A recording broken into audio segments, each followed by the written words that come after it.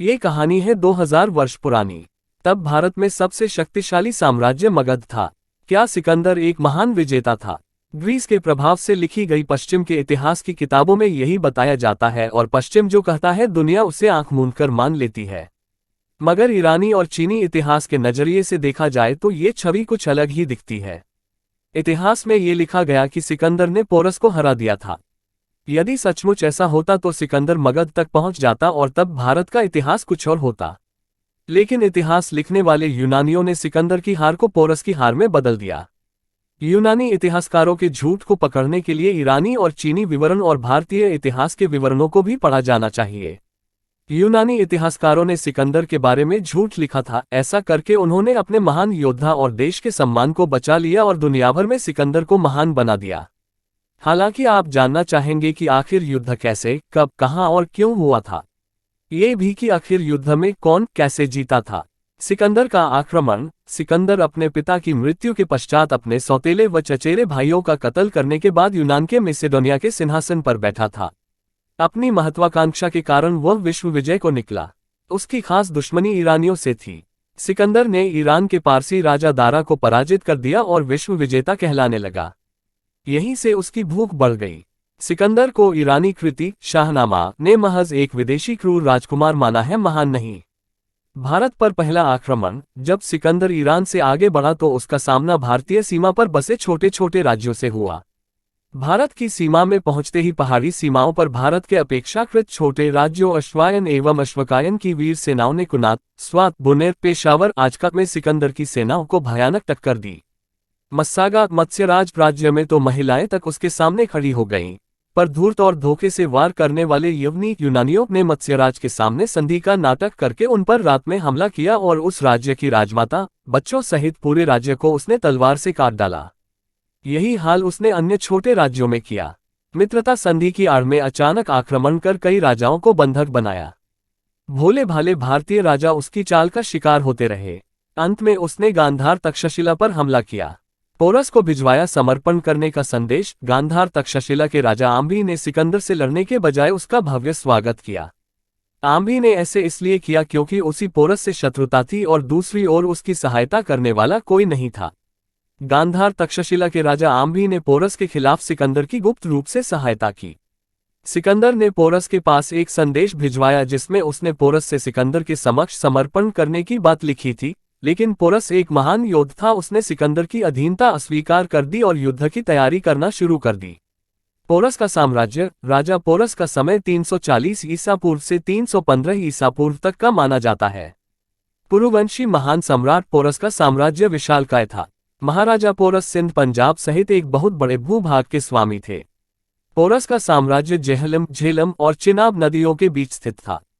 Porous के संबंध में मुद्रा राक्षस में उल्लेख मिलता है। पोरस अपनी बहादुरी के लिए विख्यात था। उसने उन सभी के समर्थन से अपने साम्राज्य का निर्माण किया था जिन्होंने खुखरायनों पर उसके नेतृत्व को स्वीकार कर लिया था।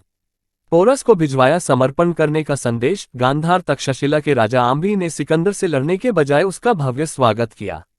आम्भी ने ऐसे इसलिए किया क्योंकि उसी पोरस से शत्रुता थी और दूसरी ओर उसकी सहायता करने वाला कोई नहीं था।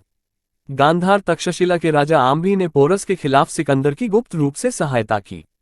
सिकंदर ने पोरस के पास एक संदेश भिजवाया जिसमें उसने पोरस से सिकंदर के समक्ष समर्पण करने की बात लिखी थी। लेकिन पोरस एक महान योद्धा था। उसने सिकंदर की अधीनता अस्वीकार कर दी और युद्ध की तैयारी करना शुरू कर दी। पोरस का साम्राज्य। राजा पोरस का समय 340 ईसा पूर्व से 315 ईसा पूर्व तक का माना जाता है।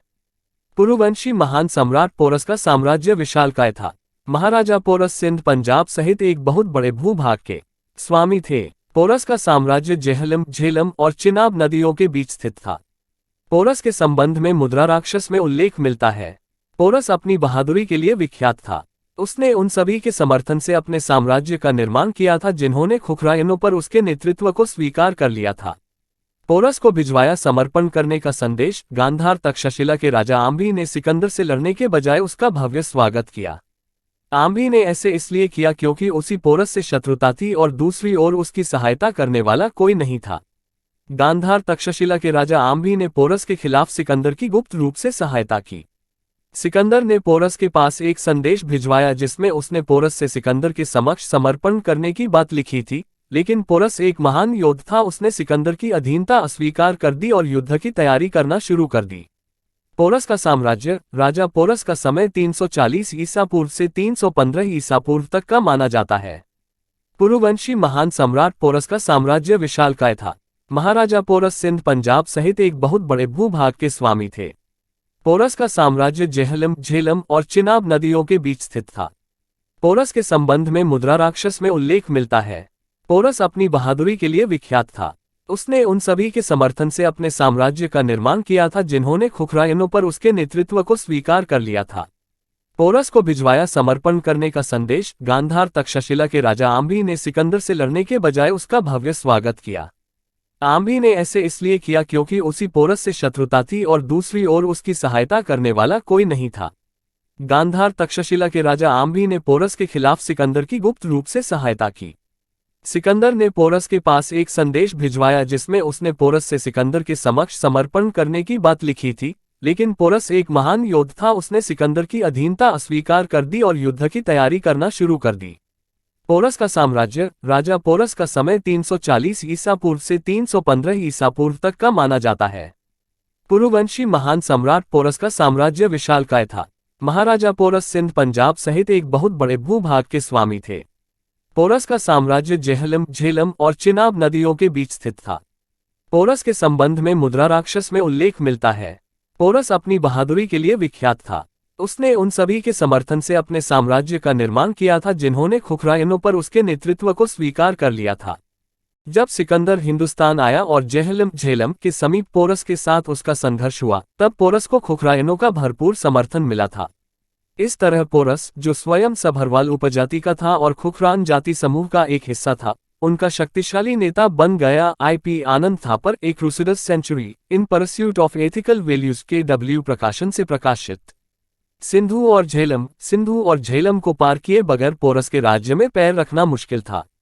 राजा पोरस अपने क्षेत्र की प्राकृतिक स्थिति, भूगोल और झेलम नदी की प्रकृति से अच्छी तरह वाकिफ थे। पुरु ने इस बात का पता लगाने की कोशिश नहीं की कि यवन सेना की शक्ति का रहस्य क्या है। यवन सेना का मुख्य बल उसके द्रुतगामी अश्वारोही तथा घोड़ों पर सवार फुर्तीले तीरंदाज थे। जासूसों और धूर्तता के बल पर सिकंदर के सरदार युद्ध जीतने के प्रति पूर्णतः विश्वस्त थे। सिकंदर और पोरस के बीच हुए युद्ध को ग्रीक बैटल ऑफ द हाइडेस्पस कहते हैं। ये युद्ध मई 326 BC में लगा गया था। सिकंदर की सेना में 50,000 पैदल सैनिक, 7,000 घुड़सवार थे, तो वहीं पोरस के पास 20,000 पैदल सैनिक, 4,000 घुड़सवार, 4,000 रथ और 130 हाथी थे। सिकंदर अपने चुने हुए 11,000 आंभी की सेना भारतीय और सिकंदर की सेना के यूनानी सैनिकों को लेकर झेलम की ओर चला था। इतिहासकार मानते हैं कि पुरु को अपनी वीरता और हस्ती सेना पर विश्वास था, लेकिन उसने सिकंदर को झेलम नदी पार करने से नहीं रोका और यही उसकी भूल थी। लेकिन इतिहासकार यह नहीं जानते कि झेलम नदी के इस पार आने के बाद सिकंदर बुरी तरह फंस गया था, क्योंकि नदी पार करने के बाद नदी में बाढ़ आ गई थी।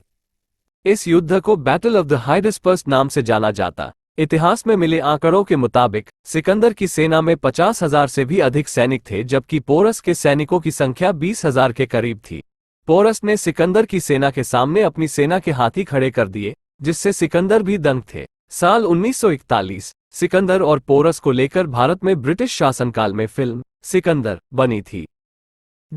ठाकरन बताते हैं, जब पोरस हार गए तब उन्हें सिकंदर के सामने पेश किया गया। सिकंदर ने पोरस से सवाल किया कि उनके साथ कैसा बर्ताव किया जाए। इस सवाल के जवाब में पोरस ने सिकंदर से बड़े आत्मविश्वास और आत्मसम्मान के साथ कहा कि ठीक वैसा जैसा एक शासक दूसरे शासक के साथ करता है। सिकंदर को उनका आत्मविश्वास से भरा जवाब पसंद आया और उसके बाद सिकंदर को महसूस हुआ कि उनकी सेना को यहाँ काफी संघर्ष करना पड़ा है और नुकसान झेलना पड़ा है। इस तरह के नुकसान और टकराव से बचने के लिए सिकंदर ने पोरस से दोस्ताना संबंध स्थापित किए ताकि आगे किसी तरह की मदद के लिए पोरस का साथ हासिल किया जा सके।